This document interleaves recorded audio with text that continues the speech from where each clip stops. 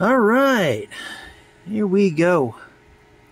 So, Free RPG Day came late this year to our area, but it was still quite welcome. The local group called Tabletop Tavern of Southeast Texas got us set up. Hey, they have a YouTube channel now. So far, they had like a video, but I may, if I remember, I'll try and link it on this site here. But I thought I'd show you what I got. Well, let me first tell you the funny stuff.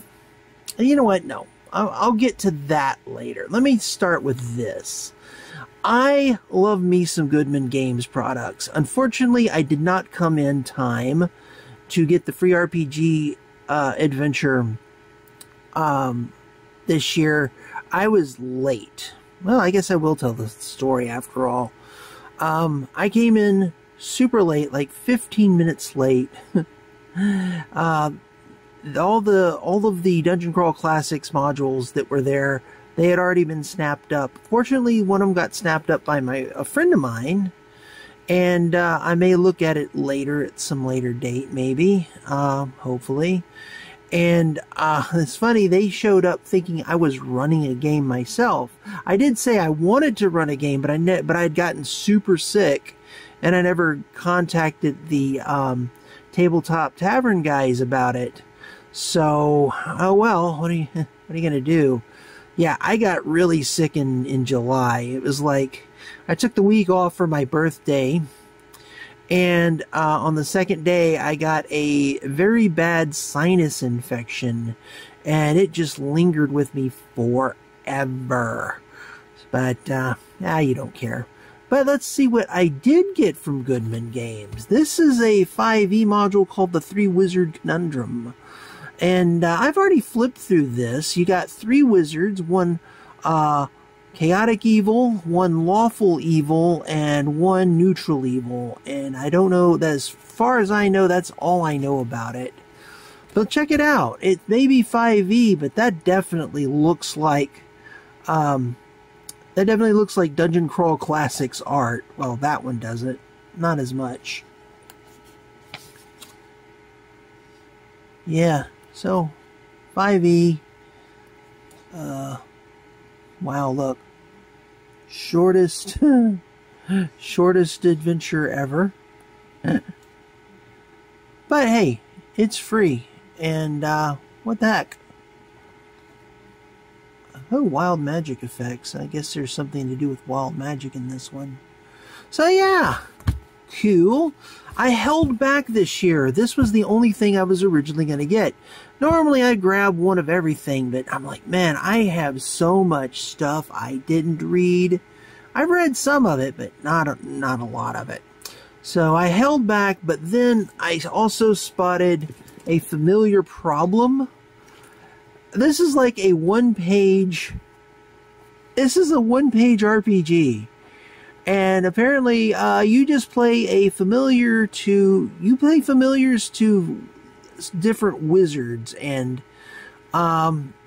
you're angry with them, and you've decided to sabotage. You and all the other familiars and animal companions all decide to try and sabotage the adventuring party. It's just one page, and I read a little bit of it, and I'm like, oh, that's cute. A little beer and pretzels RPG, and on the back there's just different advertisements for other things that they got going on. Guardians of Metromonia? Okay. You can tell I've heard of that one. Utopia. I think I've seen that one on shelves. Anyway. So I picked that up. One page. What could it hurt? However, I mentioned to my friend, that the only other thing I was really interested in is this. And they encouraged me to go ahead and pick it up. I like me some sci-fi. I don't play enough sci-fi. But it was that. It came with there's some free character record sheets. I know nothing about it. It looks like it might be Traveler-esque. If you're familiar with Traveler. Just judging by the art, it looks like hard sci-fi. And like me some hard sci-fi. Let me give you a nice rule of thumb between hard sci-fi and space opera. If you see nothing but humans, it's most likely hard sci-fi. If you have a whole lot of different alien races of all shapes and sizes, that's very likely space opera. And that's not the definition of hard sci-fi and space opera, but it's a good rule of thumb. There is some in-between stuff. Some people say Star Trek is hard sci-fi. I disagree. It is more harder sci-fi than, say, Star Wars. Star Wars is more pulp sci-fi, you know. But I would say that Star Trek is not as hard science fiction as we may think. But I don't know. You may disagree. Feel free to say so in the comments. Don't care. So, that's all the free stuff I got. This was in the new section. It's only $4.99. Only $5. Quick start into adventures. You've seen this, something like this before. You've got, of course, you have the basic rules all written out for Dungeon Crawl Classics. And then you get up to, inevitably, let me see if I could find it. It's coming up. Oh, nice art. Love the art in Dungeon Crawl Classics. We don't care about spells. We don't care about spells. Not yet, anyway. Anyway, inevitably you get to Portal Under the Stars, perhaps the most famous adventure module for Dungeon Crawl Classics. It's a good one, guys. I recommend it if you are wanting to run a funnel. Portal Under the Stars, can't go wrong. I wonder how changing it to 5e would work. I don't know. Probably wouldn't. Maybe. I don't know. Who knows? Of course, there's your map for Portal Under the Stars, and then Legend of the Silver Skull. This is the new adventure. Yes, it's a level 1 adventure. Double yes. And not read it yet. Some fish people. Skull Island. You know you're gonna go into an adventure when you're heading for Skull Island. How many pulps have used Skull Island? Okay. Ooh. Neat. The Phantom Scow? I'll get. Oop. We're with the band. There we go. Ha ha. Okay. And then I spotted this one. Dweller Between the Worlds. I love me some early level adventures. It's another level 1. Know nothing about it. I don't even think I read the back. Doom blankets the land as rumors spread of dire evil rising in the east. Yeah, I'll tell you what, I'll read the whole thing whenever if I ever review it or whatever. We'll flip through it real quick. Love me a good hex crawl.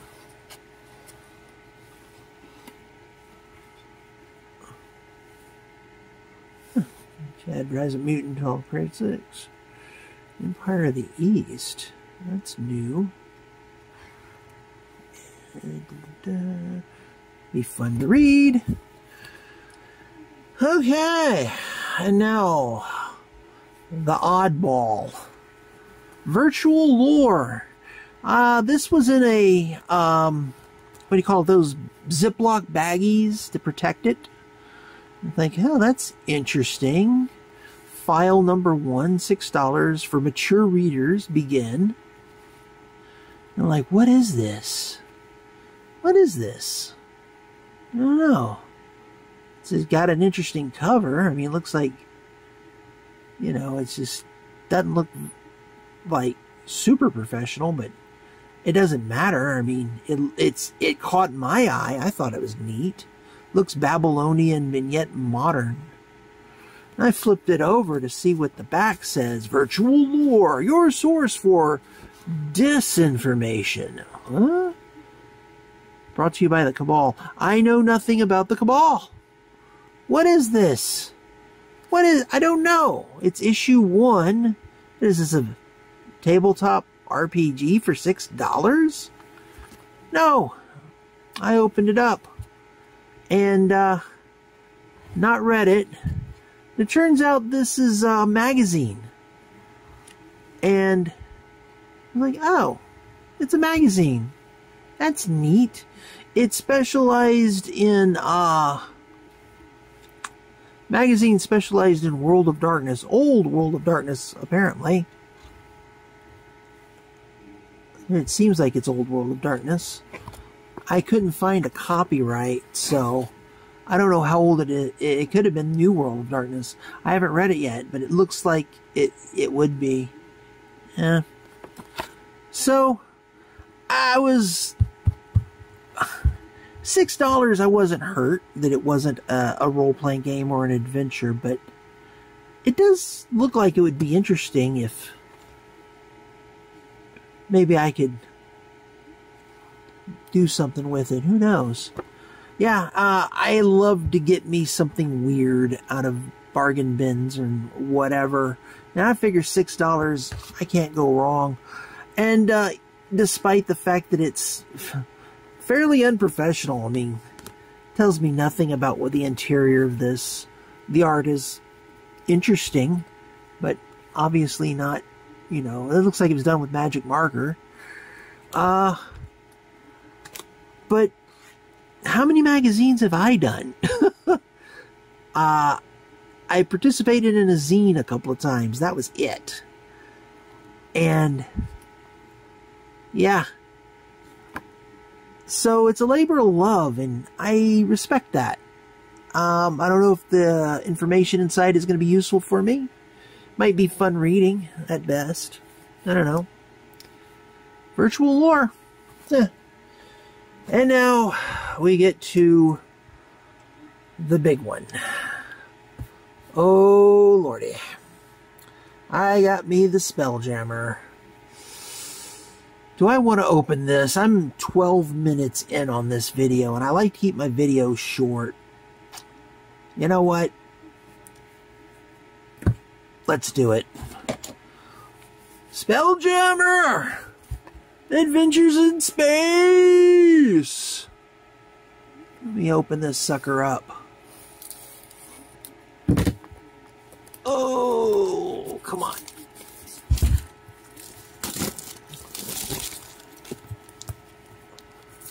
You gotta admire the box. I got the special version.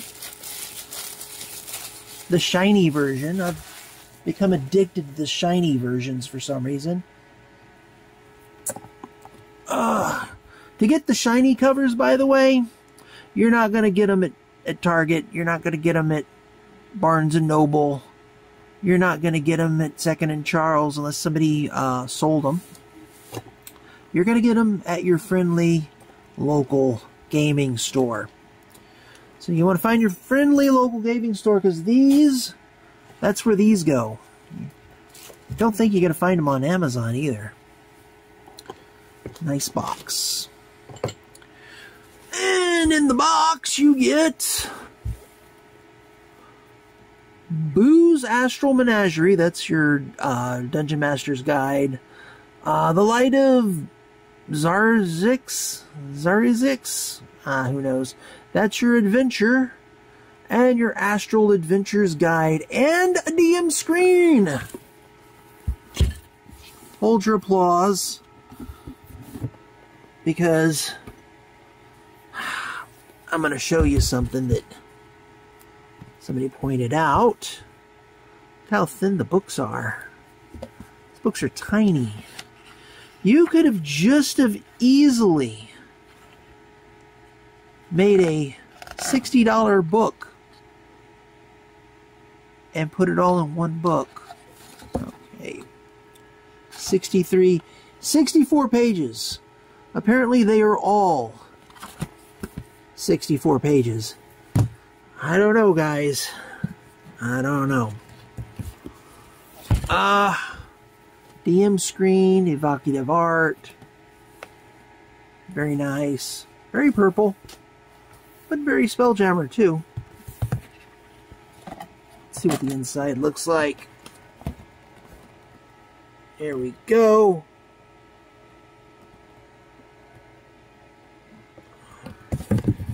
This was my big purchase. This is probably the biggest purchase I've made in a very, very, very long time. Nostalgia hit me. That's why I got it. I saw it and I went, I gotta try this. But this player's handbook. Here's the thing. I have fond memories of Spelljammer, reading it. No fond memories of playing it or running it because I've never played or ran this game. It was a weird setting. According to YouTubers, this was a product, not this particular one, but the original Spelljammer for 2nd edition Advanced Dungeons and Dragons. It was a rushed job. And it showed. And I gotta admit, there was some wonkiness, all kind of wonkiness in Spelljammer.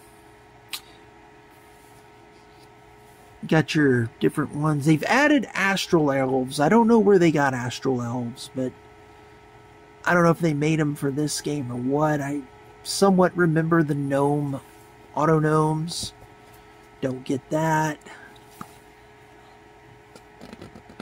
I do like the idea of some swashbuckling in space.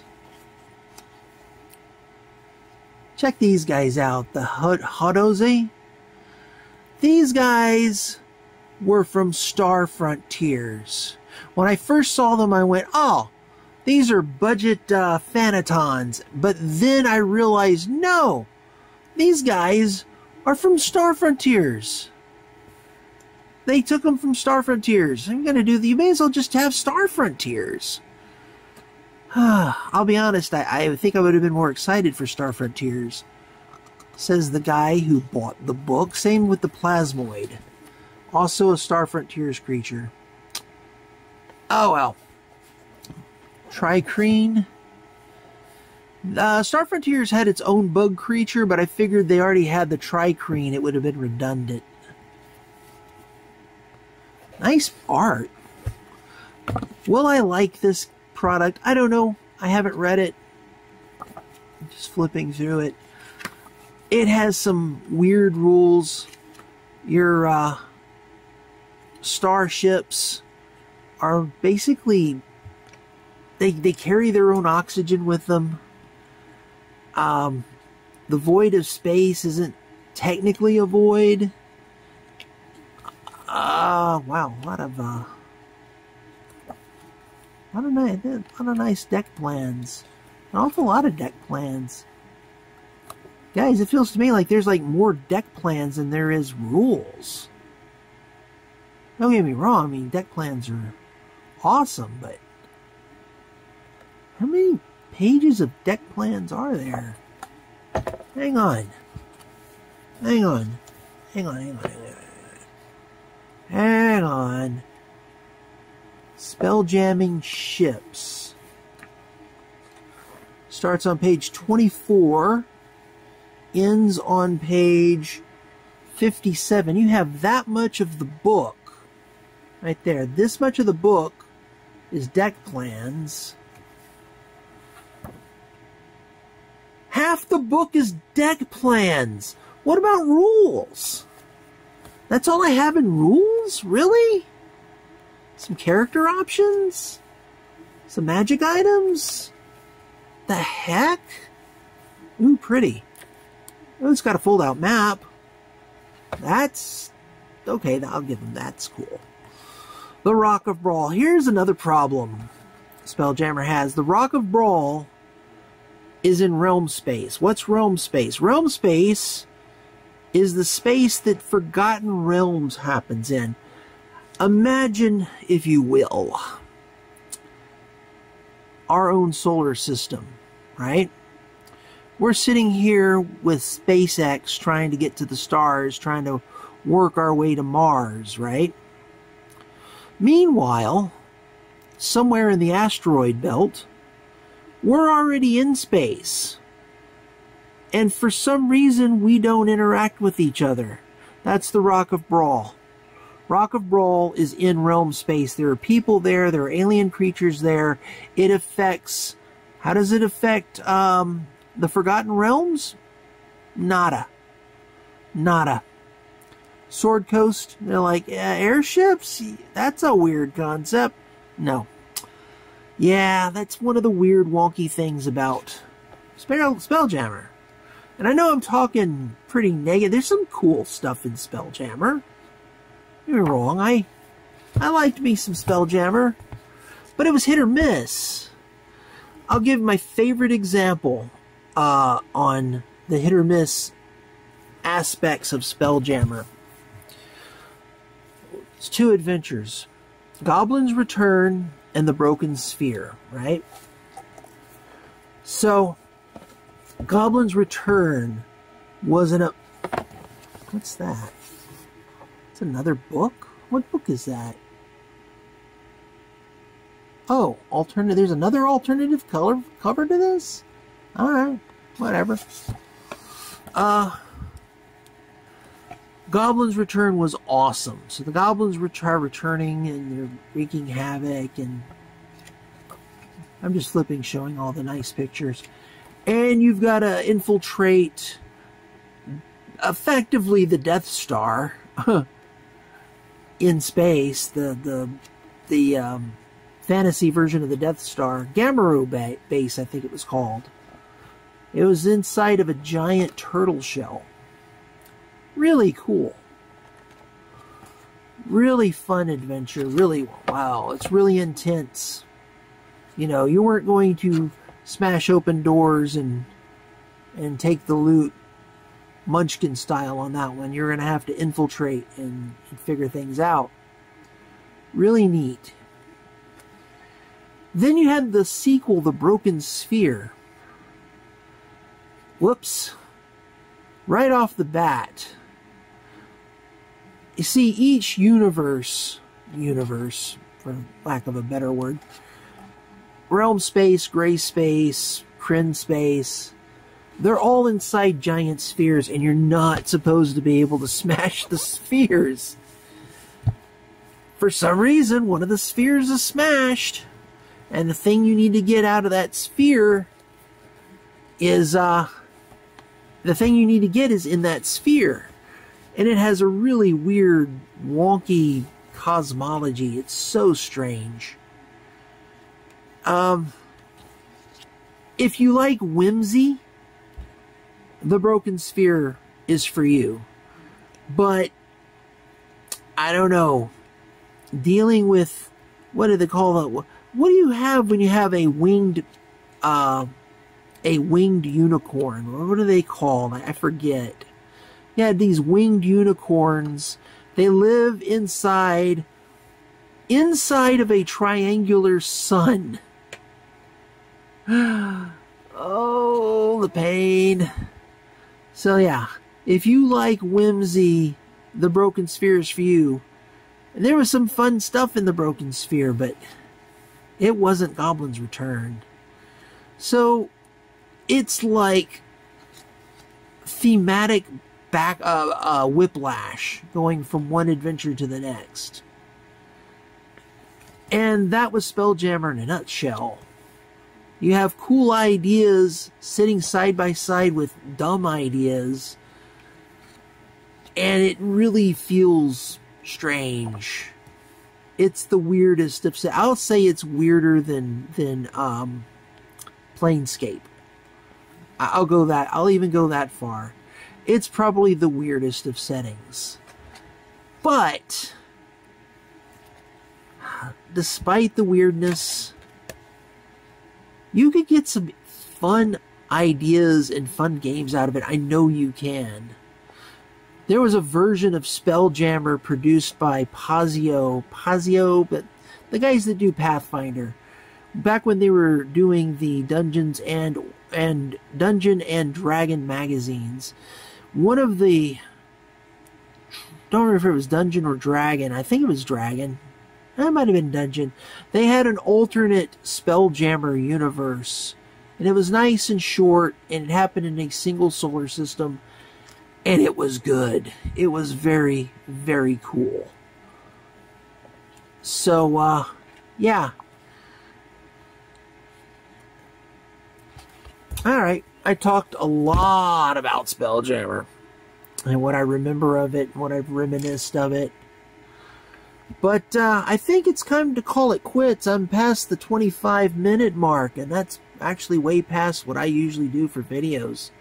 So, this has been your RPG Archivist, and see ya.